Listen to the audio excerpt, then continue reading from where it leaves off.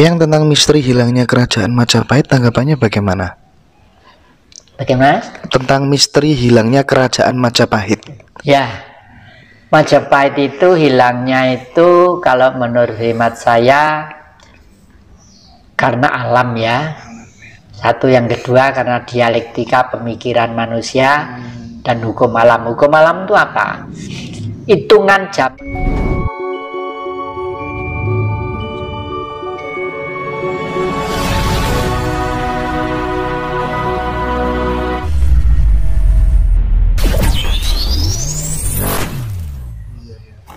Terus ini yang apa tuh namanya?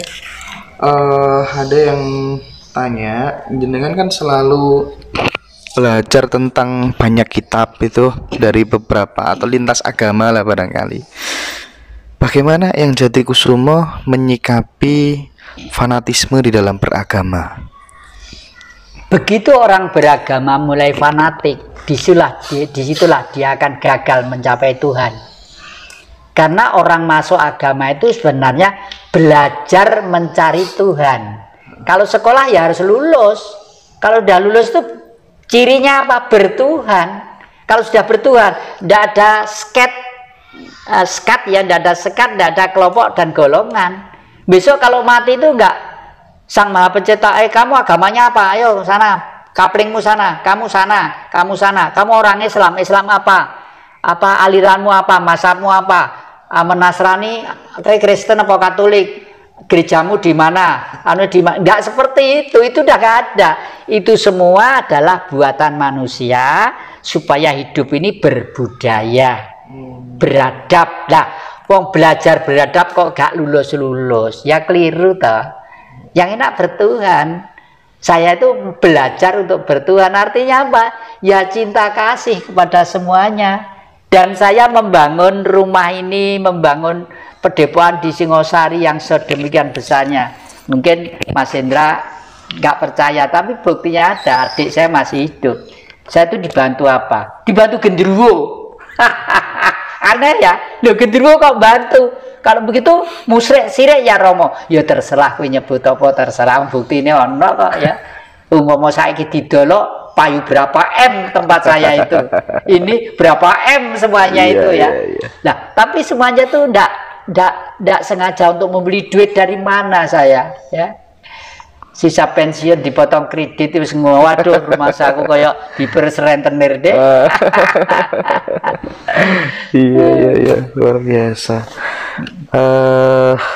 Berarti secara eksplisit orang beragama belum tentu dia bertuhan dong? Belum tentu, masih berjalan untuk bertuhan ya. Oleh karena itu sudahlah, tapi ya tetap baik, tapi ya itu harapan saya segeralah lulus, karena titik terakhir peradaban manusia secara global ini kelihatannya dari tahun 2020 ke 21 nanti itu ada gejala-gejala bacaan alam kok mengerikan ya, mengkhawatirkan gitu. Jadi gejala itu ada ya? Ya, ya itu tadi yang ikan-ikan di laut, termasuk ikan paus itu gelisah semua, dan ikan-ikan kecil itu semua mungkin 200. Jadi orang-orang nelayan-nelayan itu yang di pinggir-pinggir pantai itu semua yang dapat ikan banyak sekarang itu. Dan binatang itu biasanya lebih peka dari manusia tentang alam. Dan yang Jati memberikan saran ya ngurangi makan, ngurangi tidur ya, supaya selamat dari garu yang lewat itu tadi gitu ya, yang ya. Garu yang lewat. Dan itu tidak hanya yang Jati aja yang mengatakan, banyak sesepuh juga ya. Ya, makanya akhir bulan ini raja-raja kumpul di Bali, seluruh Nusantara ini. Saya juga berangkat ke sana nanti. Itu misinya apa? Mengalternatif ya, membuat alternatif solusi minimal mengatasi kalau sesuatu hal terjadi. Kerajaan besar atau kecil, termasuk kepala-kepala suku adat, umumnya itu yang masih dekat dengan alam dan rakyat. Nah, misalnya hari ini akhir-akhir ini ibu-ibu di Singosari itu mempunyai inisiatif yang bagus sekali ya. Apa itu? Indonesia itu banyak rempah-rempah, daun-daun dan pohon-pohon yang sebenarnya obat. Lalu ibu-ibu kumpul membuat rokok obat ini. Ini masih diurus karena ibunya yang membuat inisiatif itu berangkat dari daerah Tulungagung, sangat fanatik dengan daerahnya. Rencananya itu mereknya itu Baru Kelinting. Ini masih untuk kalangan sendiri, belum boleh dikeluarkan. Dan saya punya sakit jantung, menghisap rokok itu kok enteng gitu rasanya. Saya padahal selamanya tidak merokok, dalang pun semalam tidak merokok. Oh, bapak saya itu keras. Kalau saya tahu megang rokok itu pecut kuda itu dehyer gitu. Siapa saja di mana saja, itu terutama generasi muda lah, adik kelihatannya kok satu kandung ya. Generasi muda ini betul-betul belajarlah dengan apa yang saya sarankan di depan tadi itu. Masa depan ini akan lebih sulit karena persaingan kita sudah dunia kelasnya. Ya. Yang tentang misteri hilangnya kerajaan Majapahit, tanggapannya bagaimana? Bagaimana? Tentang misteri hilangnya kerajaan Majapahit. Ya, Majapahit itu hilangnya itu kalau menurut hemat saya karena alam ya. Satu, yang kedua karena dialektika pemikiran manusia dan hukum alam. Hukum alam itu apa? Hitungan zaman itu sudah jelas. Hari ada 7, bulan 7 bulan. Wong Jawa nyebut pitonan. Ada pitung tahun windu. Ada 70 tahun rata-rata umurnya manusia. Ada 700 tahun. Mau tidak mau harus ganti zaman. Ya. Mau tidak mau harus ganti zaman. Majapahit pun sadar tahun 100 tahun itu sekitar 1400 berapa itu ya, Majapahit terakhir itu ya. Mau tidak mau zaman memang harus ganti ke zaman modern ini. Makanya dan Bung Karno sebenarnya sudah menggantikan bangsa ini menjadi bentuk kerajaan. Meskipun namanya presidentil ya, presiden yang memimpin presiden, tapi punya perdana menteri. Nah, inilah yang tidak dikehendak oleh Barat. Dulu ada perdana menteri Juanda, ada perdana menteri ini, menteri inilah. Karena apa? Karena kalau perdana menteri yang melaksanakan dinamika politik salah, hak veto dari presiden itu ada. Kalau sekarang ini tidak ada. Presiden memberi veto dianggap menentang haknya rakyat, hak asasi manusia dan lain sebagainya. Itu kan kacau itu. Ya untung kemarin itu ada peristiwa itu, TNI dan ABRI itu sikapnya tegas ya, mengabdi kepada keutuhan NKRI. Jadi cekap tanggap dan mengambil tindakan preventif sebelum menjadi puing-puing di Indonesia ini gitu. Banyak orang mengaku spiritual, tapi masih sering menganggap spiritual yang beda dengan dirinya itu keliru, salah, kurang jangkep, dan lain sebagainya. Padahal harusnya kan tidak begitu yang jati. Ya syukurlah banyak orang yang menganggap dirinya spiritual. Paling tidak seseorang itu berusaha untuk berjalan dengan baik, hidup dengan baik. Tapi seyogianya kalau sudah berani menggunakan cap spiritual, itu tidak boleh melemahkan, menjelekkan, mengkonotasikan pihak lain itu belum spiritual. Karena apa? Nama saja spirit. Spirit itu artinya jiwa. Jiwa manusia tidak sama. Kakek ini sekeluarga dengan istri kakek, dengan anak kakek, dengan cucu kakek, untuk mengangkat spiritual, kalau mengangkat Tuhan gitu ya nggak sama kemampuannya ya. Kalau misalnya ini misal ya, jangan dikonotasikan yang real. Misalnya Tuhan itu 100 kilo, ada yang kemampuannya cuma 10 kilo, ada 20 kilo, ada 5 kilo. Itu semua adalah kemurahan ya. dan itu harus disebarkan supaya tidak saling nuding.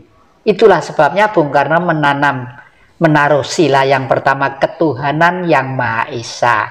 Jadi Tuhan itu hanya satu, hanya Esa, satu. Ya, ketuhanan itu semua menuju ke yang satu. Makanya bangsa ini harus dihimpun dengan baik supaya manusianya itu hidupnya layak. Untuk hidupnya layak harus ditata dengan sistem demos kratos atau demokrasi. Demos itu kekuasaan, kratos itu kerajaan. Demos itu adalah rakyat, kratos itu adalah kerajaan. Jadi rakyatlah yang berkuasa untuk menuju ke keadilan sosial itu. Okay. Tapi kan buktinya yang dengan sistem seperti ini yang kalau dibanding dengan di Denmark misalnya atau di negara-negara yang memang berbasis kerajaan, ada bayi lahir gitu, tinggal langsung telepon ke dinas pencatatan kependudukan, nama anak saya misalnya inisial ini lahir kemarin jam 1 siang, 3 hari kemudian datang bawakan akte kelahiran sudah jadi dan beasiswa mulai dari 0 tahun sampai 16 tahun loh. Itu loh harusnya negara yang bisa dibilang negara itu kan harusnya itu ya. Harusnya begitu. Gimana ya? Makanya besok kalau sudah negara ini dipimpin oleh seorang raja ya, sekolah itu mulai PAUD sampai dengan SMA itu tanggungan negara. Karena apa? Loh, bondo di Republik Indonesia itu loh, dari Irian saja kekayaan 1 hari bisa untuk menghidupi bangsa Indonesia 1 minggu, 1 hari bisa untuk menghidupi belum di Ternate, belum di Bacan, belum di ini dan sebagainya, belum di Kalimantan dan lain sebagainya. Nah, oleh karena itu sambil contoh, Amerika itu memang gembong-gembongnya kapitalis, tapi pola pikirnya itu masih indah loh. Amerika itu begini cara hidupnya ya. Di sana orang diberi kesempatan untuk kaya, diberi keluasan untuk kaya. Liberal yang kapitalistis. Karena apa? Karena hanya orang kayalah yang patut membayar pajak. Ya. Dan pajak itu diberikan ke siapa? Diberikan kepada rakyatnya, kepada manusia. Oleh karena itu di sana orang hidup di sana itu mulai sekolah ini sampai itu hidupnya itu boleh dikata ringan banget. Dan bahkan Amerika itu sekarang membiayai orang makan sampai kematian itu sekitar di 230 juta orang apa-apa sampai sekarang. Saya punya teman 10 tahun di Amerika, sekarang hidup lagi di Malang ini. Beliau itu hidup di sana 10 tahun. Tiap bulan sekarang tuh disupport oleh Amerika, mungkin untuk beli pulsa PLN kayak pulsa untuk bensin hidup. Kenapa? Saya tanya loh, kok sama dapat dari Amerika, sama jadi agennya Amerika? Sampai saya tuh curiga seperti itu. Enggak Pak, karena saya waktu hidup di sana kan bayar pajak di sana. Jadi karena saya pernah membayar pajak di sana, pajak itu sekarang dikembalikan berbentuk gaji saya tiap bulanan ini, ya lumayan lah saya untuk bisa hidup keluarga, bisa hidup gitu, betul. Iya.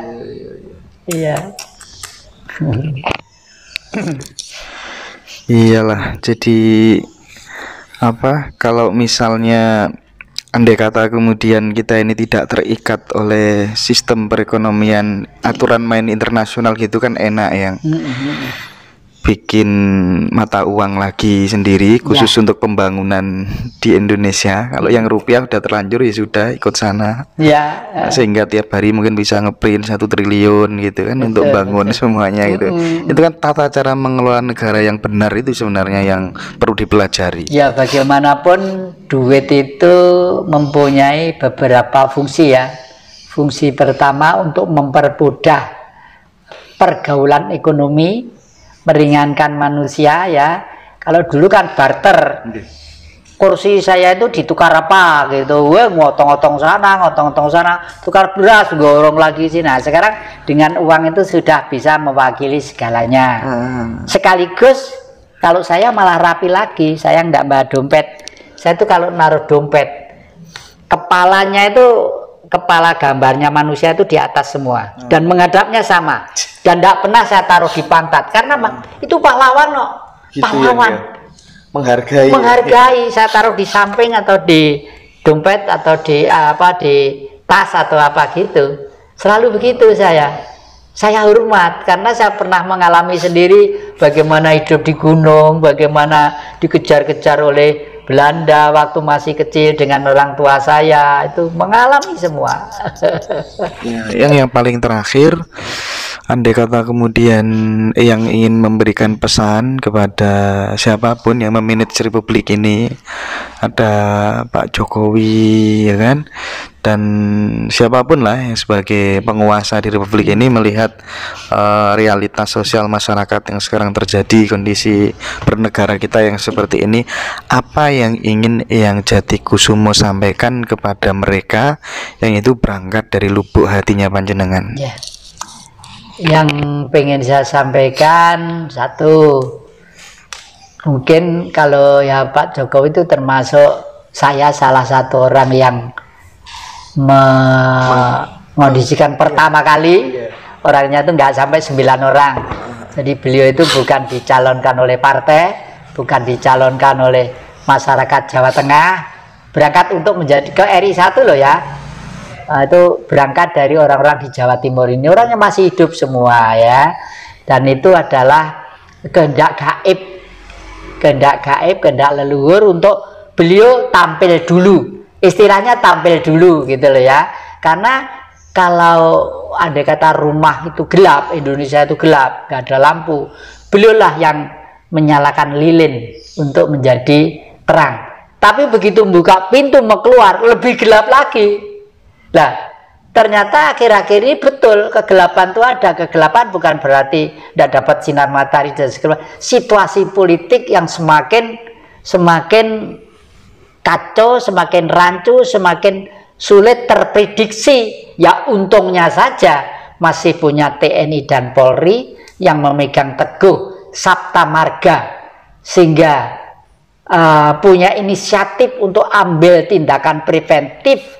Karena itu perintah atasan. Kalau atasan yang bagaimanapun yang mengomandokan ya mudah-mudahan harapan saya, bayangan saya memang beliau Pak Jokowi. Kalau begitu betul, kalau luhur memilih beliau hanya satu, mudah-mudahan apa yang dulu dihancurkan tahun 65, faham-faham itu dihidupkan ya. Nggak usah takut-takut berbuat untuk kebenaran, nggak usah takut. Karena kebenaran itu yang memilih hanya Sang Maha Pencipta. Ya, apapun saja tidak akan bisa melawan kebenaran sejati. Terima kasih. Mudah-mudahan Pak Joko Widodo sekeluarga dikaruniai kesehatan, bapak-bapak TNI Polri dan siapa saja semua dikaruniai kesehatan, termasuk siapa saja yang merasa ini akhir-akhir ini sudah merasa salah untuk mendukung seseorang yang ada niat untuk tidak senang negara Pancasila, tolonglah sadar kembali ke jalan yang baik.